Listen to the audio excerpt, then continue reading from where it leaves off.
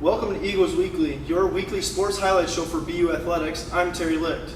The men's soccer team has been on a roll lately. They have gone 3-0-1 in their last 4 games and have outscored their opponents 18-0 in those games. They look to continue their run on Saturday. BU taking on Edgewood at the Sports Complex. Late in the first half, Cesar Martinez finding the top shelf goal. After an early Edgewood goal, that ties the game at 1-1 going into the second half. Early in the second half, Alberto Mendez crossing the ball in front of the Edgewood keeper, finding Jesse Ortiz, who finds the net. That puts BU up 2-1 early in the second half. Finally, late in the game, a penalty kick for Edgewood. Jim Hanley, the keeper, big stop, and some more big stops by other guys filling in the back. The crowd is loving that. BU wins 2-1.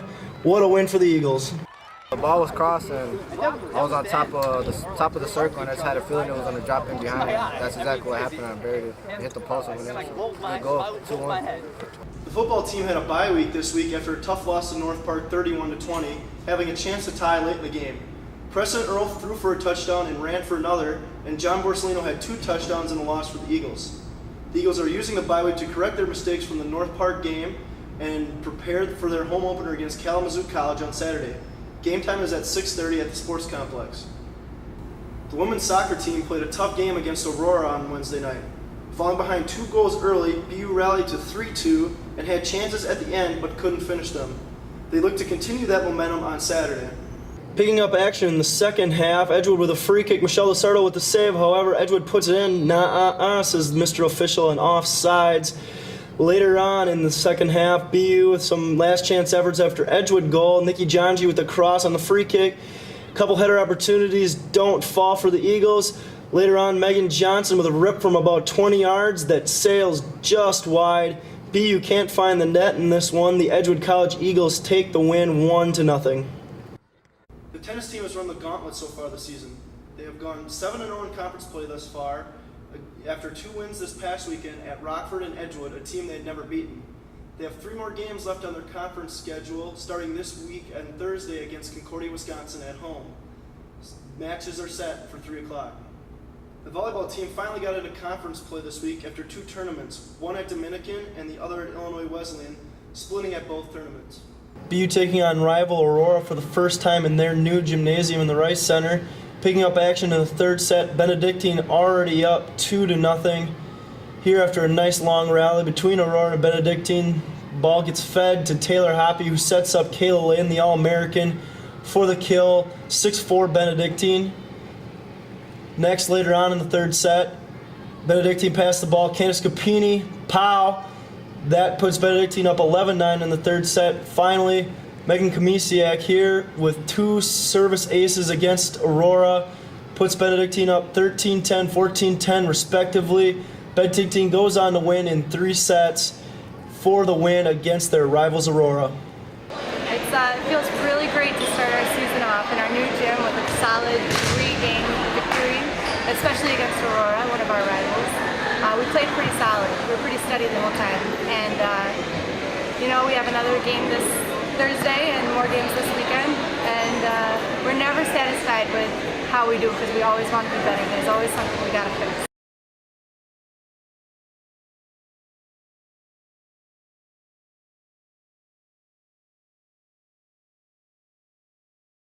Okay, we're here with Benedictine soccer coach Rob Kettle. Rob, nice to have you here. Thanks very much. Just a big win against Edgewood on Saturday, 2-1. Just talk about how your team played during that game. I think we played with a lot of spirit. We weren't the best tactically. I think we got caught up in the game, in the emotion of the game a little bit. We were a little bit nervous going in, conceded a goal early, and I think that knocked us back a little bit. Even though I thought we were pretty good and we were going to give them a good game. We struggled a little bit to get back into the game, finally got back in. Cesar Martinez got a great goal from the free kick, and then we settled down. I think came out second half a little bit more relaxed, thinking, we're going to win this. So then I think we went up 2-1 and it was all looking good, and then it all went crazy. So then for the last 30 minutes, I think it was just craziness, and we scrapped and we showed a lot of heart to get the win in the end. A little bit lucky as well, and it was nice. I mean, your team showed a lot. I thought a lot of good passing ability in the second half. Just talk about like you said, the calming of the team's nerves after Cesar put in that goal. Just talk about what you guys did better in the second half than you did in the first.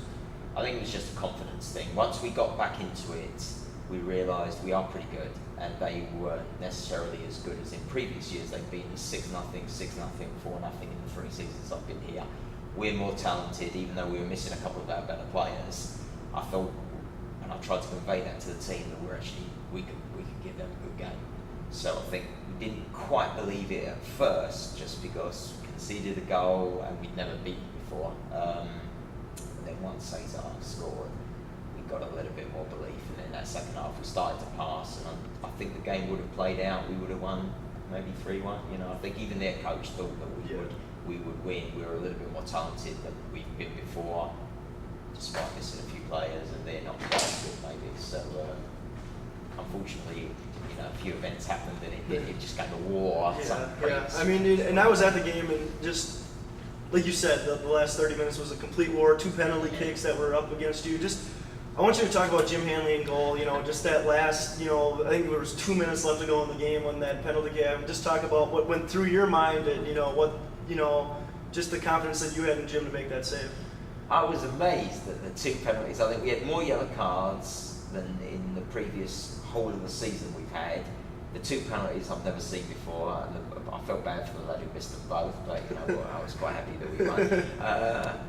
I didn't know what to think going in with the first one. I was thinking it was a bad call, and then the guy missed it, and then the second penalty with 2 minutes to go, I couldn't believe it. I was just like, surely not going to happen. But we were very, very fortunate. I mean, Jim made a big save. I'm going to kid with the guys that I'm going to take complete credit for that. Not that I know anything about goalkeeping at all.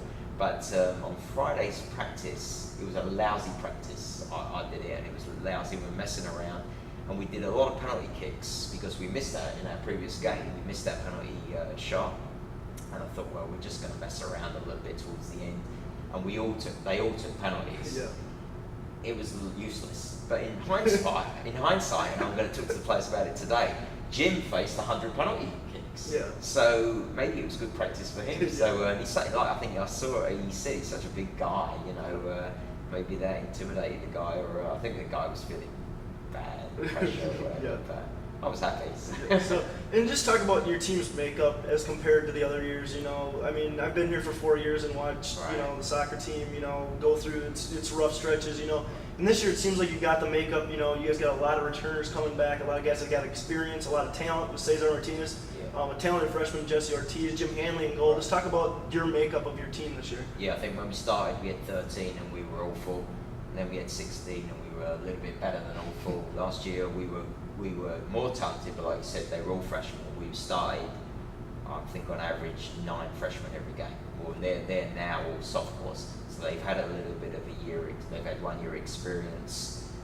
I think we started 8 sophomores, 1 junior, 1 senior, 1 freshman. So I think the sophomores are all a little bit more experienced, a little bit better physically, more mature mentally, hopefully a little bit wiser. Jim holds us together at the back. Jesse's big time, although he was injured, he's got a fractured toe and he wasn't really 100%, and we're missing a couple of our better players. But overall, I think just that 1 year's experience last year, we were surprised last year, even though our record wasn't great. It gave them a lot of playable time and experience. I think that serves them well this year. I think even next year and the following year, we're going to be pretty strong. I think this year will be the turn in the corner. We'll have a winning record. We won't be fantastic because we're still all sophomores, but pretty much I think next year we'll return, almost their entire starting lineup. So juniors and seniors, we should be really good. So 4-1 last 5 games. 2 games coming up this week. Just talk about what your team needs to do to continue this run. Just offensively, defensively, and what you guys do, what you guys have coming up as matchup wise. It's going to be quite hard. Lake Forest is always tough. They've beaten us by 1 goal, I think, the last couple of years or the last 3 years.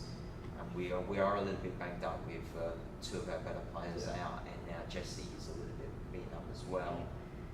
But we should still have enough time, I hope, tomorrow to win that one. Then we go into our toughest two, basically Concordia, Wisconsin, and Dominican. I think they were picked first and second in our league. That's going to be interesting without all our guys. But it'll be a good test. I think Dominican is still probably on their league of their own at the moment, but Concordia, Wisconsin, I think they're probably maybe a little bit better than Edgewood. But if we can keep that intensity in that fight that we showed against Edgewood, get a little bit of luck maybe, and show that we got some ability, maybe we'll surprise them. So looking forward to it. So after that, it's conference the rest of the way, and we should be good. I'm thinking we'll finish in the top 6 for sure. All right. Well, thank you very much for joining us today, Coach. You know, it'll be great having you here again. So thank you. Benedictine soccer coach Rob Kettle. Thanks very much.